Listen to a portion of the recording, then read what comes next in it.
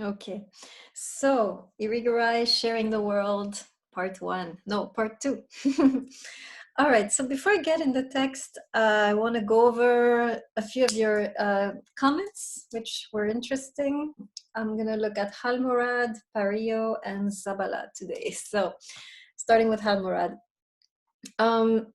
So Hamrat is noticing a contradiction in the text, right? Where she seems to be emphasizing a shared world, but at the same time, she's also emphasizing one having the separation, right? So she's emphasizing sharing and separation, and how do these two fit together, right? So we're going to see this is a distinctly Irigayan, right, theme. You don't see this so much in the other philosophers we did, right? This is the notion that before there can be a connection, there has to be a strong self. We didn't see this before, right?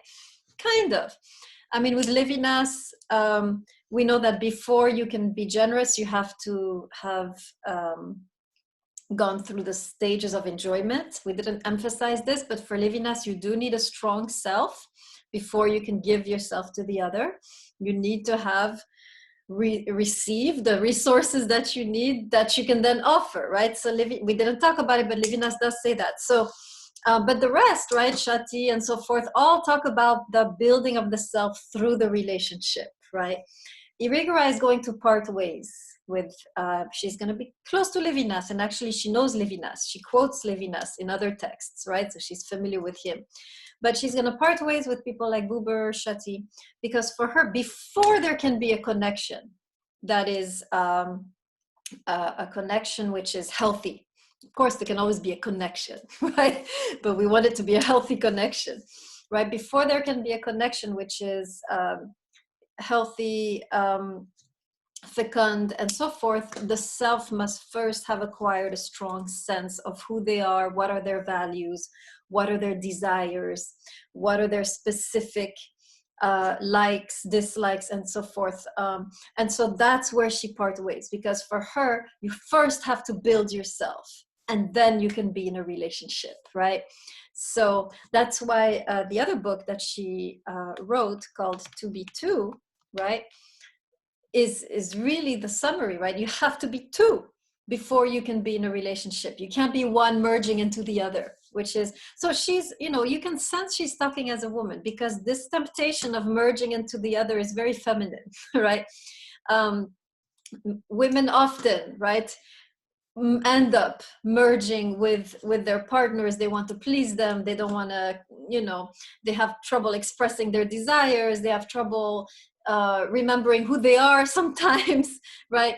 And so that's why she's overemphasizing, because often it is the temptation for us to merge into our partners and to kind of forget who we are, forget our principles, forget our values, forget even our desires. Often we, as a woman, we often sacrifice our desires, right? This was the context of patriarchy, right? For centuries, women sacrificed their desires, sacrificed their integrity, sacrificed their dreams and their visions in order to be in a relationship, right? So she's addressing that when she says, before you can be in a relationship, be you, right? Know yourself, know your dreams, your desires, your ambitions, and then you can have something to offer, right? So you can see, are you all seeing how different this is now from what we've seen so far? Put your hand in the screen if you're following, right? Okay, because before you were dealing more with a male subject, and so the authors are emphasizing codependence, realizing that I depend on you to be, so they're addressing the male subject. That's why they're trying to, kind of pull this subject away from self-individuation, self-mastery, which is the Western subjects, right? So they're saying, actually, no, you are built through the other. But when it comes to addressing the female subject, right, the feminine subject, Irigaray is dealing with a completely different package, right? The tendency has not been self-mastery, autonomy, self-reliance. Tendency has been merging, sacrificing, losing oneself in the other. And that's why she emphasizes so strongly throughout the work. We're going to see this is one of the themes. Know yourself before you can know the other, right? know who you are. And so this leads me to, so I hope, Halmurad, you see that there's not a contradiction, right? Before I can enter and in a relationship with you and build a shared world, I have to know who I am. What is my voice, right? Does that make sense, Halmurad? So is it a male-like self that she's advocating, or the Western sense of self that she would recommend to women? So what kind of self is it really? Very good. Yes. So in a way, yes, she is saying, right, be you apart from the other. It's the exact opposite what we've been seeing, right? Because and actually in another book, in the book To Be Two, which you're about to study, I think you're coming in the next class, she talks about the woman becoming herself through her contact with nature. So she has a kind of almost neo-pagan view, right? That we need to connect ourselves to the divine feminine, right, in a way, in order to become ourselves and leave behind the structures of patriarchy who have dictated to us who we should be. So finding another vision of who oneself is. And so it's, in a way it's autonomous, but in a way it's not, because it's a self-inspired by your own body or your specific wisdom. So, but it is a self which must be found in separation. So yes, it is in a way, I hadn't made the connection, but you're right. It is in a way closer to the Western male self, right? She's saying, here, be, be strong, be yourself, and then you can be in a relationship.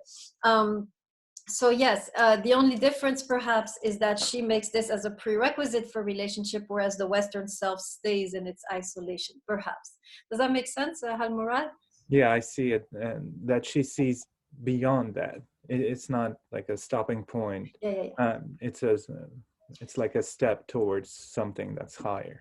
Exactly, right? The goal to be two is to be one, right? Eventually, right? To be two is to build a world together, right? So it's never a goal for me to be myself and then I take over, which was what the Western self did, right? Here I am. Everything is according to how I see it. Everything is according to how I want it, right? I am the universal subject. So she's saying, no, no, no. You become yourself, but you know, by becoming yourself, you have the humility to admit that you're only part of the reality, right? You're not the whole reality. You're only one aspect of subjectivity. So yes, very good. So which leads me now to Parillo, right? So you mentioned, okay, so Parillo, I was expecting that from you. I was expecting that comment. You're saying how Irigaray sounds very sure of herself. Let me see you on the screen. Where are you, Parillo? Are you here? Parillo, am I talking to? There's Parillo, but Parillo is no face. Parillo? Oh, you're frozen. There you are. Okay. All right. Right. So Parillo mentions that Irigaray makes a lot of um, sweeping statements, right, about what a woman is, and women think like this, women feel like that, and of course you're reacting, right, because you are part of the third wave in a way, right? This is our time, so of course you are having, whoa, what's going on? Having an allergic reaction. So absolutely, right, you're right. She sometimes it is a dangerous thing to do what she's doing, to make these sweeping statements, all women, right? So I agree with you on that. How I want you to see it is that this is still a work that has to be done. In other words, it is still necessary as women, right, to figure out who we are.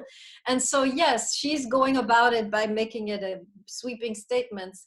And you're right, she should maybe be a little more nuanced, right, about the statements she's making. But what she's doing, which is good, is beginning the exploration into what it means to be a woman, which I believe every single woman needs to do for herself, right? So I would differ a little bit from Irigaray. I would say, let's not make sweeping generalizations, but it should not detract us from doing this work, right? As a woman, who am I? What do I desire? What does my body desire? In other words, this is so important. Let me make this very clear, that for Irigaray, identity is connected to the body. Your body is telling you who you are, right?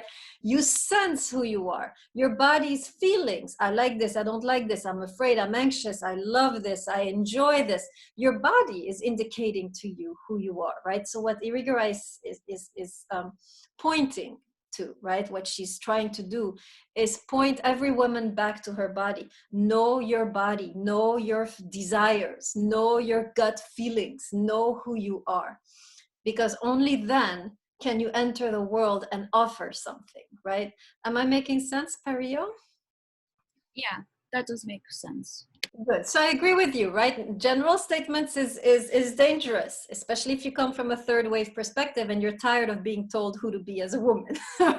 But what she's doing, I think, is important. We need to, as women, each individual woman, we need to become in tune with who we are, what we truly desire, outside of what we are told to desire, right? Society tells us, oh, as a woman, you should be like this and like that and like this, right? And I believe we live, even though we don't live in a patriarchal society, I believe we still live in a neo-patriarchal society, right? Even though we are liberated, we are not that liberated, right? There are many ways to show how unliberated we still are, right? We are given a framework. If you're a woman, you should dress like this, speak like this, do this kind, right? There's still a lot of restrictions. So she's saying, no, we need to become aware. Who am I, right? As a woman, as a specific woman, I would add, know myself, know my desires, know my dreams, and then I have something to offer. Okay, very good. I just repeated everything I just said. Okay, good. Let's go quickly now to Zabala. I'm trying to read my handwriting. Oh my God, what did you say? Oh, yeah. Zabala, you made an excellent point. It's not even, I'm not even gonna respond to a question. Where are you, Zabala? Ah, there you are. Yeah, he summarized really well what Irigaray is doing. So I'm gonna briefly paraphrase what he said, right? What Irigaray is doing, and Zabala is right, is deconstructing gender norms as well as the patriarchal structures. Why? Because the relationship between the male and female has suffered because of these norms, right? In other words, because we had this patriarchal structure and these gender roles, the male-female relationship has been in many ways stunted, limited, wounded, atrophied, asphyxiated, right? And so in a way, what Irigaray is doing, she's not just liberating women, she's also liberating men from the gender norms and the patriarchal structures. And as such, she's creating new possibilities of relating outside of those, which for her will be healthier, right? So for her, the way men and women have been relating in the context of patriarchy has been detrimental to both. And by the way, Bell Hooks says this also, right? She's also written a lot about masculinity. And really good work, right? I think. So I guess the males would have to agree. But in her work, she says that patriarchy does not only wound women, it wounds men too. And ultimately, the relationships they could have. So Bell Hooks, right, talks about how patriarchy, in a way, has made it impossible for there to be any genuine intimacy between men and women, right? And so that's kind of what, so Zabala, well done, right? You understood very well that she's trying not only to liberate the woman, but the man also, so that we can finally have a relationship which is deeply intimate and not just, these roles that function together like a puzzle, right? Am I getting you correctly, Zabala? Yes, absolutely. Okay, so that was good. Okay, good. All right, let's get into the text. So let me summarize a little bit again what she's doing, right? And then we'll get into the text. So remember now so big summary. So remember, she's talking about how our civilization has been extremely good at mastering the world outside of us, the environment, nature. Right, we have amazing infrastructure, amazing science, amazing technology. We've gotten really far when it comes to mastering and when it comes to building a culture outside of ourselves, right? Now she says when it comes to interpersonal relationships, we have not even begun the work, right? There hasn't been an attempt to create culture on the level of our relationship. So we're very refined in how we dress, our phones are very refined, our roads look amazing, especially in this country, right? Our houses are sophisticated, but our relationships are pathetic, right? So that's why the whole book, right, is really an attempt to learn, to begin the process of refinement of civilization in our relationships. And of course, the goal is to create a civilization which is a human world, like she says, right? Not just a mechanical world, right? But a human world. So she believes our civilization is great technologically, but humanly it's very poor in spirit, we could say, right? And she would agree with Buber. Buber says something very similar when he says that there is no more spirit, right? And so what she's trying to do is not find spirit in some kind of religion or, you know, neo-religious or new agey type thing. She's saying, no, spirit will be found once we learn to relate to each other again. And once we have that, the world that we have built will become a human world and we will enter genuine civilization. Okay, so we talked about the need last time to master sexual energy. We talked about the male and the female, right? And the Eastern connection, right? The fact that it's important to, first of all, the importance of the male-female relationship. Why is it central, right? Because for her, these are the two main forces of the universe. Once you balance these forces, everything else falls into place. And of course, right, part of this balance, right, the only way we can bring them into balance is if they bring themselves into balance, right? Learning to master one's sexual energy. Now, today, we will go over today and next time 4 basic tools or skills or techniques of relating with each other in a way which will begin this cultivation, civilization of the relationship. How do we refine our relationships? 4 tools she's going to give us. Number 1, I said it last time, silence. Number 2, patience. Number 3, moving boundaries. And number 4, double listening. So I've kind of, her whole text goes back and forth between these 4 themes. So I'm just going to skip around. So by next time, you should have read the whole thing because I'm going to be skipping around. Okay, so first of all, she talks about the basis of creating civilization in our relationships. And the basis is what she calls the threshold. In other words, becoming aware. I'm writing it down, of the threshold. Okay, so let's see what she means by that, right? Go to page 1.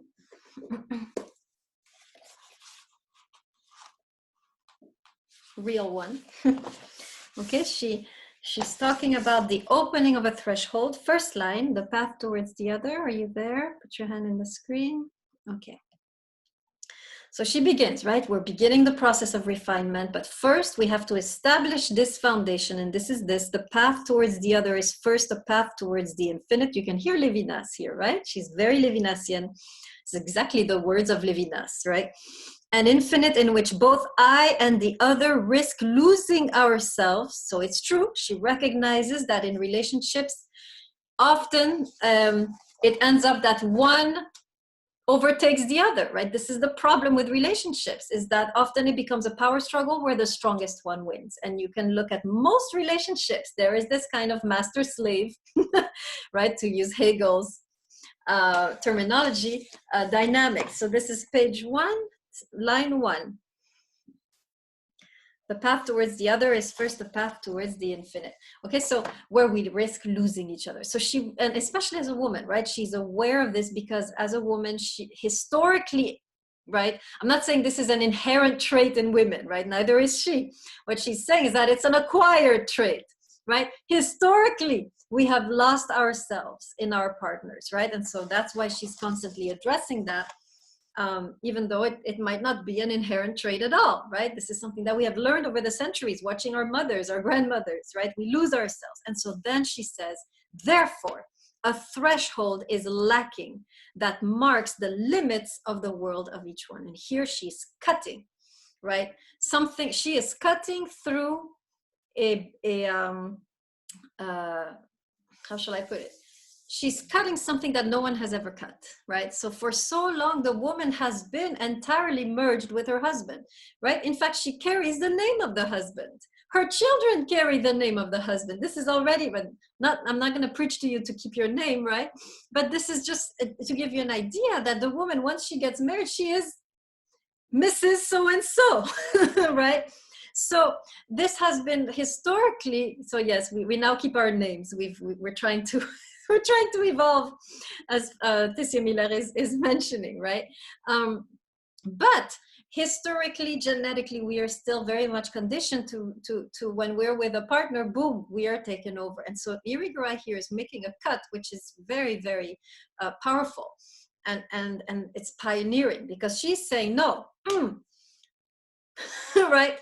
You and him, not Mrs. So-and-so, right? So, and she's saying, we cannot have a genuine relationship unless there is this cut, right? By the way, just to, I have to say this, but in Hebrew thinking, you have the verb to make a covenant, right? When you make a covenant between two people, this is the marriage, right? Covenant. The verb to make is actually literally to cut a covenant. If you know the Hebrew, I had to say this because it's so close, right? You don't make a covenant, you cut a covenant. In other words, there has to be a cut before there can be a covenant, right? So that's what she's saying here. Before there can be one, there has to be two. And the one is not going to be, one merging the other. The one is going to be created by the two. Okay, so it's not a fusion one, right? It's a one which is a new creation. The two come together, and together they create this new being, right?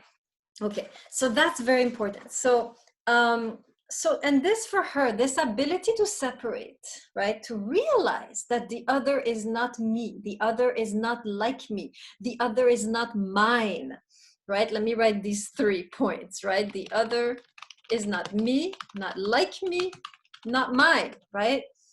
This first realization that there is another is the foundation of everything she's going to say. So we have to first dig this, right? Really establish this notion, right?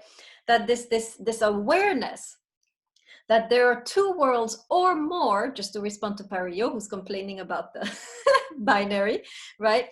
Remember, Irigaray says at least two worlds, right? So the beginning here of the task of refinement has to be this awareness that there are two distinct worlds, and then we can begin. As long as you say, oh, the woman is an extension of myself, or the man is just, I don't know how, the provider of who I am, this notion of this interdependence is not healthy for Irigaray. They have to be very established, both of them. And then you have something to say, right? Okay, so Cosmidis said something in the chat. Yes, the third thing that they create is, of course, this new reality, right? Irigaray is not going to talk about childbirth so much, right? She's a feminist, but she's going to talk about the new world that the two can create. This is a new world, a new reality, a new civilization, a new way of seeing, a new way of feeling, a new way of doing, a new way of thinking, right? That's what she's talking about, is the birth, right, that can take place. Okay. So this is, by the way, this ability to recognize there are two worlds for her is the beginning of culture, is the beginning of civilization. When Irigaray talks about the distinction between nature and culture, which, by the way, if you're in France, they talk about this all the time. And in Greek thought, if you recall, nature and culture was a big deal. Which gender belonged to nature and which gender belonged to culture? Take a wild guess. Very good, Cosmidis. That wasn't so, that was hard, eh? Obviously, right? Woman is nature. Woman is more physical. Women is more sensuous. We talked about this with Aristotle, right? Man, however, is rational, so he pertains to culture. So Greek thought and philosophical thought, right? Western thought has followed this idea that woman is closer to the world of nature. She's closer to the emotions. The man is more, creative. He sees things in 3 dimensions, right? And so forth. The woman doesn't. So we have historically put the woman in nature, put the man in culture. Here she's doing something extremely subversive. She's saying, actually, nature is simply the state of being where you think you're the only one. Instinct, right? So she's kind of flipping it, right? So so make sure you write this down, right? She's saying nature is actually the attitude, right? Someone is in a natural state, which is bad, right? Someone is in the natural state of being when they are completely guided by instinct. And instinct, like Kant was saying, is that everything is mine, right? So in a way, she's saying that the Western subject is closer to nature, right? And then she says culture is the ability of seeing more than one world, right? It's the ability of seeing the other. That's a sign of culture. And by the way, this is very close to what Shetty and Senghor were saying, right? When they say that true civilization is relational, not technological. I think that's what they're both saying at some point, right? She's saying the same thing. True civilization, true culture is relational and not technical or rational, right? So we have to first realize what does it mean to be cultured? And for Irigaray, to be cultured is to be capable to relate with another. If you can't relate with another, you're an animal, right? You're like a cow eating grass, not lifting. You've never seen cows, but you're not even paying attention to your surroundings. You're just eating and eating and eating, right? That's nature. Right, of course, not nature lovers. I know you guys are, horrified by this description, but bear with me. This is the European concept of nature, right? Kind of just eating, right? No sense of what is going on around us. And so in many ways, the Western subject has been living in a state of nature and not in a state of culture where there is an awareness of other worlds, right?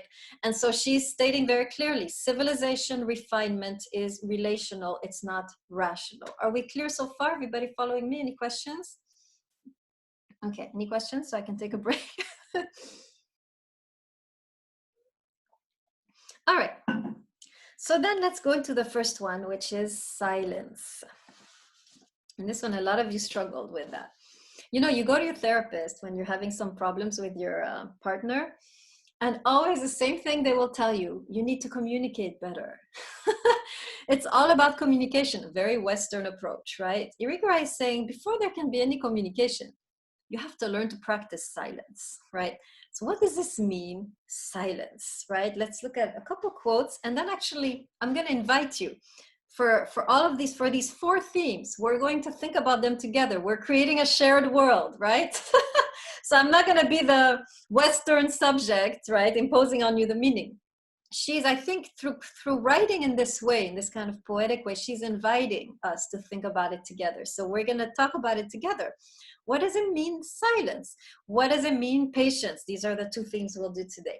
So let's read the quote, and then I'm going to open the floor, and you're going to tell me a little bit, what are your thoughts? Okay. Go to page 5. Second paragraph, we'll read a little bit. Silence will no longer, thus silence will no longer, put your hand, okay. All right. Thus, silence will no longer be that which has not yet come to language, right? Silence has been considered in Western thought as kind of a primitive form of, being. Like the language means civilization and silence means the kind of, primitive natural world, right? But she's actually saying silence is not just the lack of language. It's not just the pre-language, right? That which is still lacking words or a sort of ineffability that does not merit interest from language, right? So it's true, right? When you look at Western philosophy, I'll just give you a huge chunk of analytic philosophy, which is the philosophy which we have in Anglo-Saxon world, right? America and Britain. This is called analytic philosophy. A huge chunk of that philosophy is philosophy of language. You don't have philosophy of silence, except in the East, right? In the West, we study language. It's only in the East that they study silence, right? So she's here drawing from this Eastern wisdom and saying it's not enough to just study language. It's not enough to have communication tools, right? One should also learn the practice of silence. And we're going to see what that means together, right? So then she continues, silence is the speaking of the threshold, right? In other words, silence is what opens up the threshold, what opens up the two worlds, right? Okay, let me see if there's any other quote and then we will talk. Yes, yeah, let's stop right there. Tell me a little bit what you think. What does it mean that silence is the speaking of the threshold? In other words, silence is what separates. What does this mean and how is it good? See if you have any thoughts, if you've thought about it.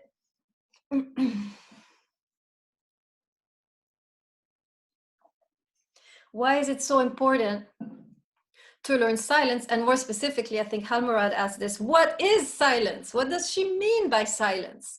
Let's think about that. What does she mean by silence? What is silence? We know it's not language, so how is it different from language? Let's put it like that. Okay, Kim, go ahead. Maybe she's speaking about something like listening rather than just kind of trying to kind of convey your perspective and what you want to say. Just kind of taking a step back and allowing the other person to be there and to be present and to, you know, say what they have to say. Okay, excellent, right? First thing we learn with silence is the prerequisite of the other speaking, right? Unless you know how to be silent, no other will be able to speak. So basic advice here, right? Absolutely correct. Is that if you want to have a threshold, meaning two worlds, you have to create a space where the other can speak too and not just you. This is so powerful when you know the history of the West. I'm thinking of Europe. Europe has always been the one speaking and speaking for everybody else, right? When you look at the history of colonization, the way that they entered those countries as a civilizing force, which of course has its good sides, but at the same time, they completely silenced any other type of civilization, right? When France came into North Africa, when England came into India, and so forth, right? They came in and they were the only ones speaking. There was no one else who had anything to say that was worthwhile, right? And by the way, we still do that when we go to countries and, you know, impose democracy on them, right? When we bomb countries so that they can become like us. So we still have this kind of mindset that we know better what is for the other. There's never any dialogue, right? When we went to bring democracy to Iraq, there was never, you know, a conversation about this. Hello, Iraq. Would you like democracy? No, right? So we have a tendency, I know in Europe this was widespread through the history of colonization, but even our country has a tendency to decide what is good for other people and then to go and do it, right? So silence is shutting up and realizing, okay, maybe the other has the truth, a truth that I need to hear, right? Maybe the other sees something I don't see. So this works on the level of nations, but also on the level of individuals, especially if you think that you know better than the other what they should do, right? Silence is creating this welcoming space whereby the other can speak. Excellent. Okay, there's like 4 people. Oh no, only one. Montes, go ahead.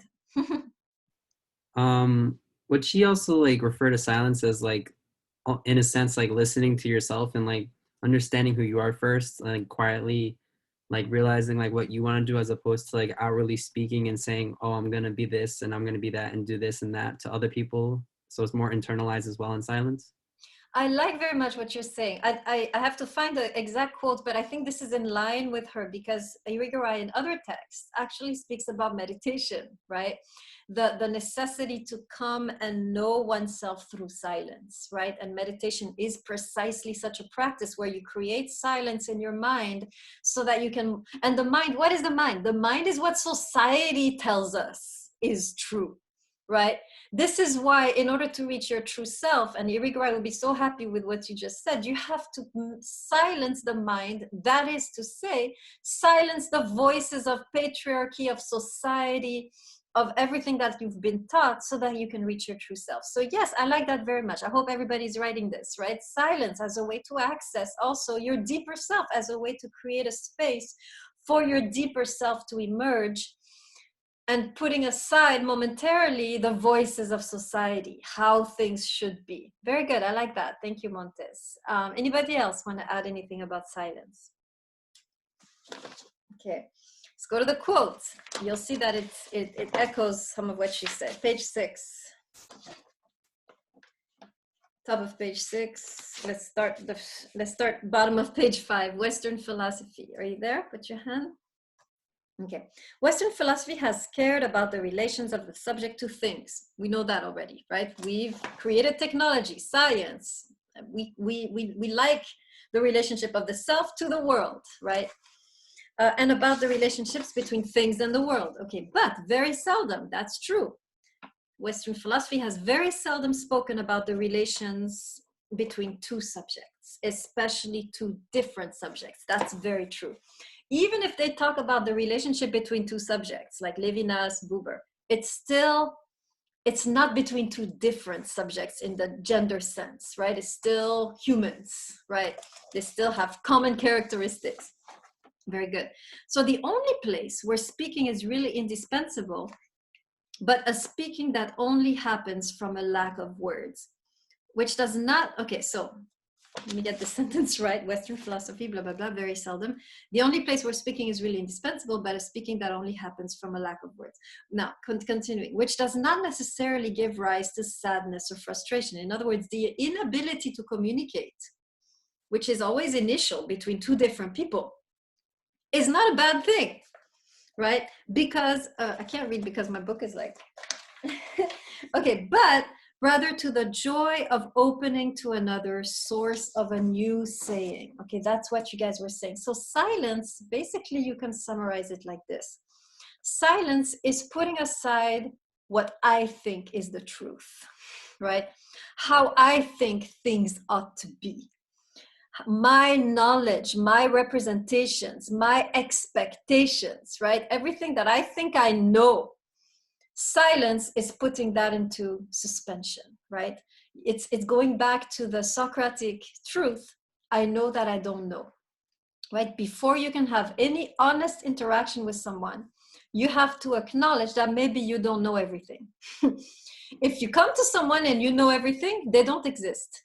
This is the urge that we have, especially when we're intimate with someone else. Ultimately, we get to the point when we're very close to someone, we can't stand it that they're different. They have to comply, right? You see this in romantic relationships where you're cool with all your friends, but when it comes to your beloved, what are you wearing? Where are you going? Who are you texting? Where were you last night? Right? Inability, right? Inability to allow the other to be other, right? So silence, putting aside everything that I know. I don't know how we should be. I don't know what love looks like. I don't know how we should do this home. I don't know how we should raise our kids. I don't know what career, we should have. You come like this with a kind of agnostic view so that now you're ready to receive a different truth, right? And she says, this is a source of joy, right? You're opening up to a new saying. Anything is possible. Whereas if we come with fixed expectations or fixed ideas of how things ought to go, fixed timeline, fixed idea of what the man should be, what the woman should be, fixed notion of what marriage looks like, right? And you come in with these rigid expectations. Remember, we didn't do Buber. We did Buber. Buber talks about this, but we didn't study the text in this class, right? We come like this, and there's no room for any new truth to arise, right? That's the first primordial step one has to be willing to take in order to reach civilization in the relationship, right? Let's look at one more quote, page 18. Go to the second paragraph. We'll read from the top. The renunciation of speaking. Are you there? Put your hand in the screen. Okay. the renunciation of speaking according to a discourse that we know in advance, right? Anything you know in advance that should happen, you put that aside, is a word of welcome to the one who comes to us from beyond the horizon that has been opened, right? But also closed by our language. It is a welcoming to another world, page 18, second paragraph. Where was I? Another world, another manner of speaking and saying than the one that we know. It is a laying out. Okay, so first of all, right, this is so fundamental, by the way, for us who live in Queens, right? Many of us will date someone from a different culture. And the immediate temptation sometimes is to be like, that culture completely perverted, right? Not like my culture, right? Often we'll get remarks, right, from family that, no, you know, this is not the right type of person for you. This is not a good culture, right? This is not the right religion. This is not the right. And so what she's saying here is really be willing to welcome a new horizon. Is in itself, right, an act of virtue. So no matter what the new horizon is, the welcoming, right, in a way, is virtuous. And she says this, it is a welcoming to another world, to blah, blah, blah. It is a laying out of a space-time that must still be virgin in order for a meeting to happen. Notice how she is reusing or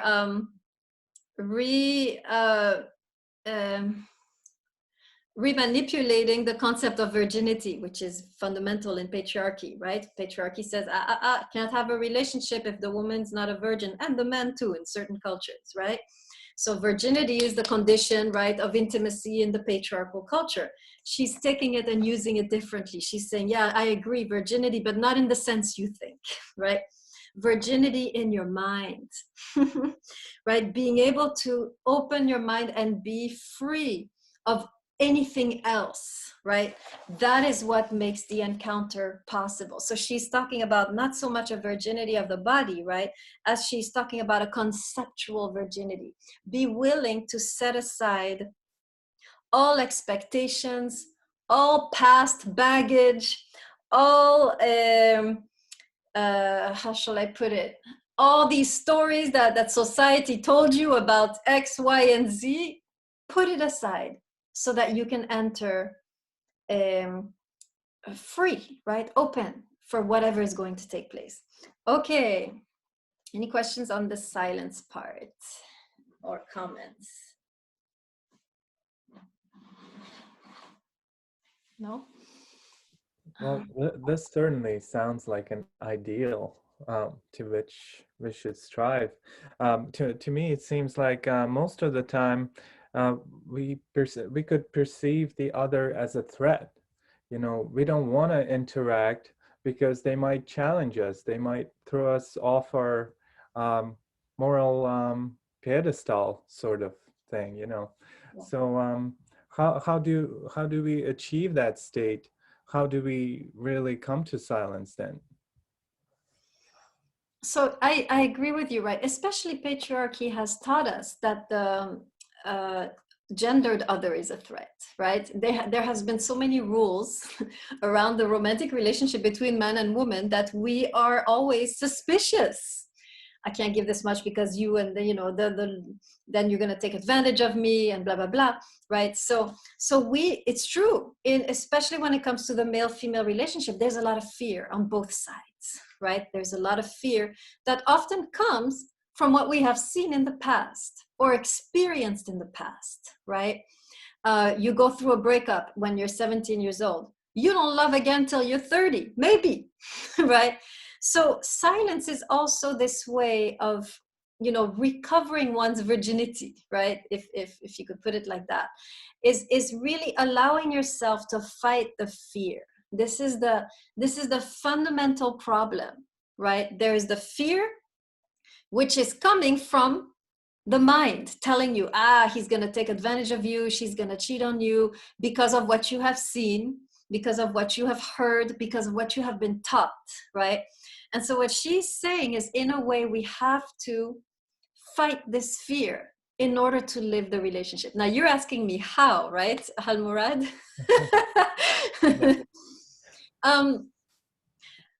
I'm struggling How with do it we too. fight that fear? How Yeah. do we approach it? How do we overcome it? I Because think it that's helps. certainly a challenge. Yeah, I think it will help to remember that there's really nothing to fear when you love someone, right? In other words, a quick advertisement for my love class, in which you are, by the way, right? Perfect love has no fear is one of the quotes, right, from the Christian Bible. When you come to thinking in terms of I love you and I will do what it takes to love you, when you live from a place of love, the fear naturally falls away. The fear comes when you love yourself more than the other, right? As soon as you flip it, I think someone said this in a class, that the difference between the step to marriage, right? The step which leads one to marriage is the shift. Maybe you were in that class, I don't remember, but is the shift between, maybe it's you who said that, between loving oneself to choosing to love the other. Once your focus is on what can I do for you, right? The fear is not there anymore because the ego is not there anymore. Fear is the ego. If the ego is put aside and the other is bigger, the fear is smaller than the love. Am I making sense, Halmurad? Yeah, yeah, and I certainly get a sense of what you're saying.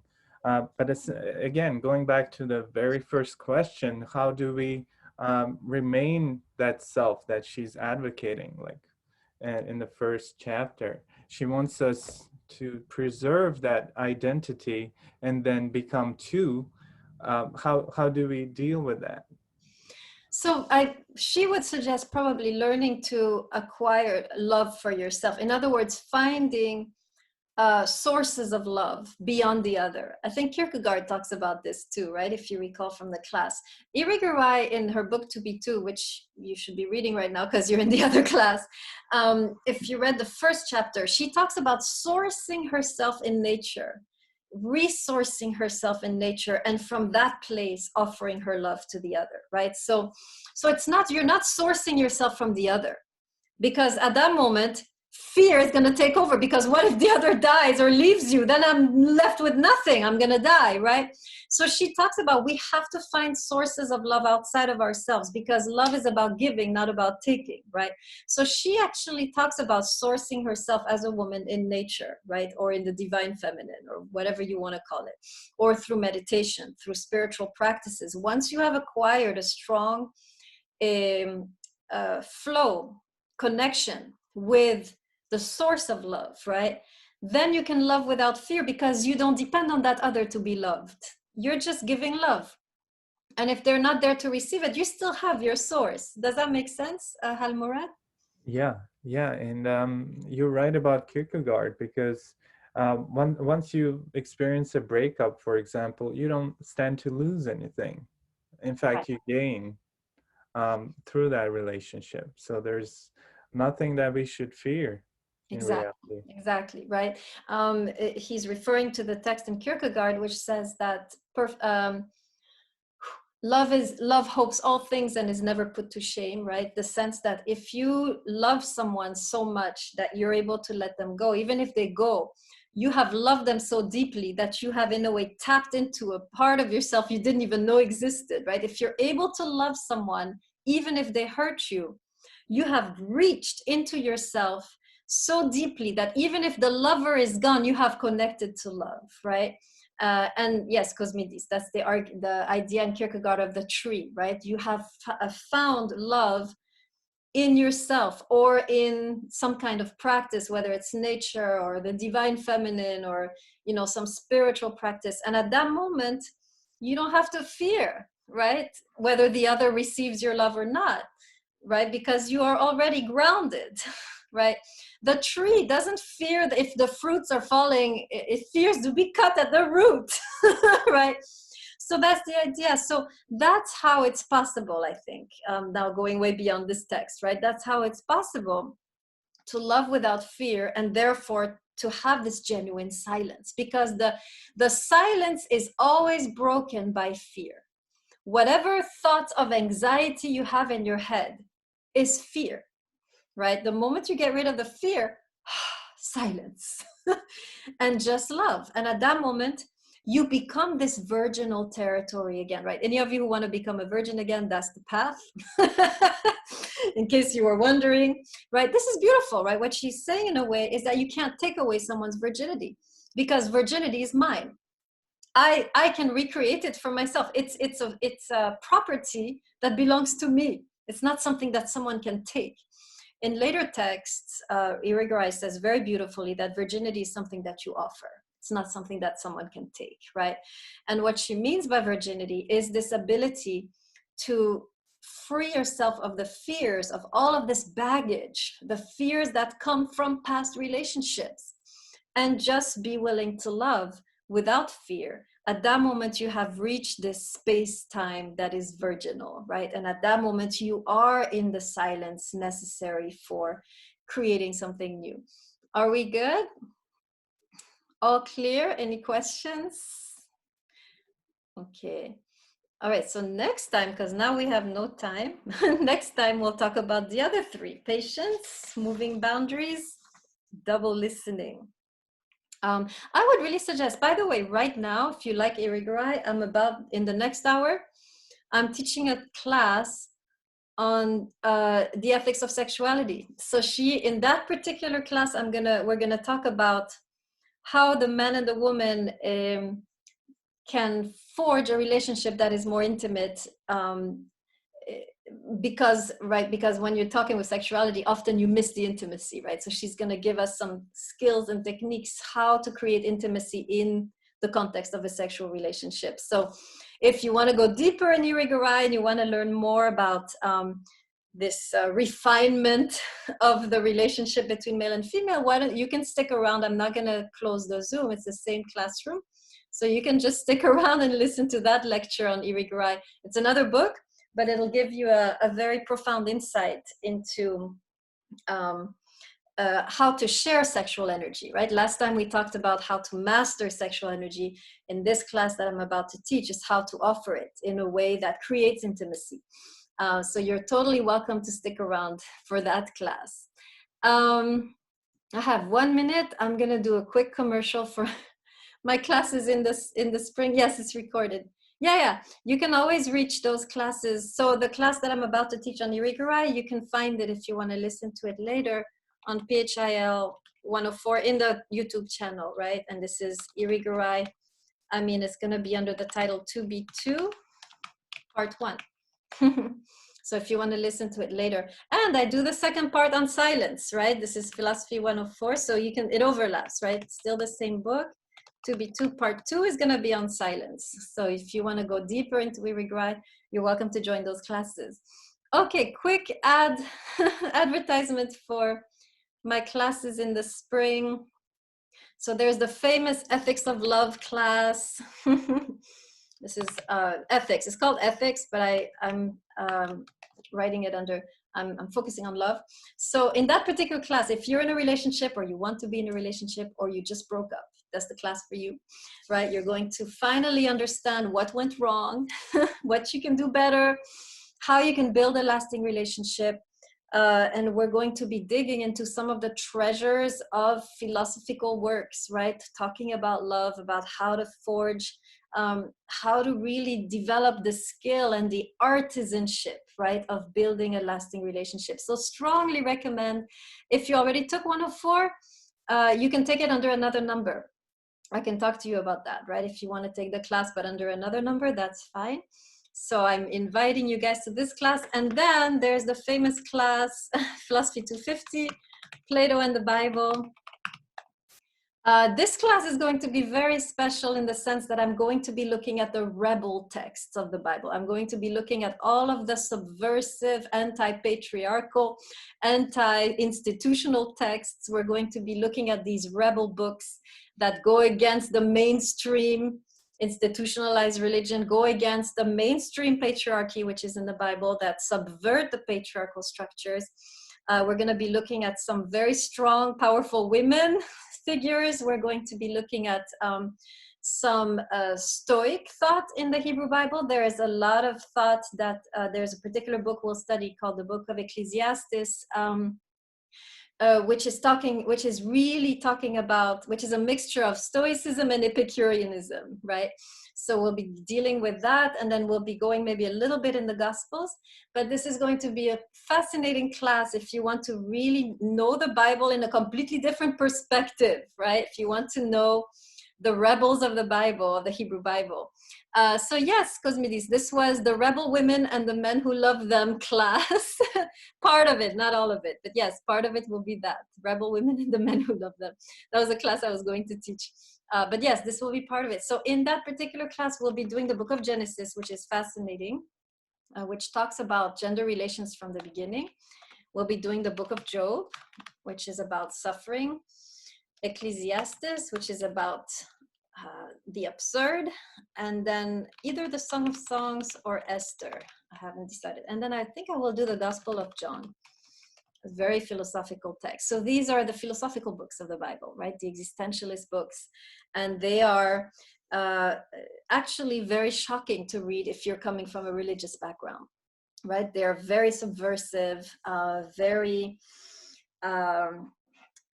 scary to read if you come from a religious background. So if you don't come from a religious background, you will be more comfortable with these books than someone who has any type of religious background, right? So you're invited to that class. I'm gonna have a flyer probably sent to all of the majors, so you might receive it if you're a major.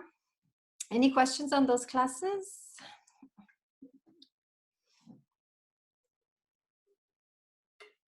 Okay, very good. All right, so you guys can go. I'll see you next week, or you can stay if you need to. I'm stopping.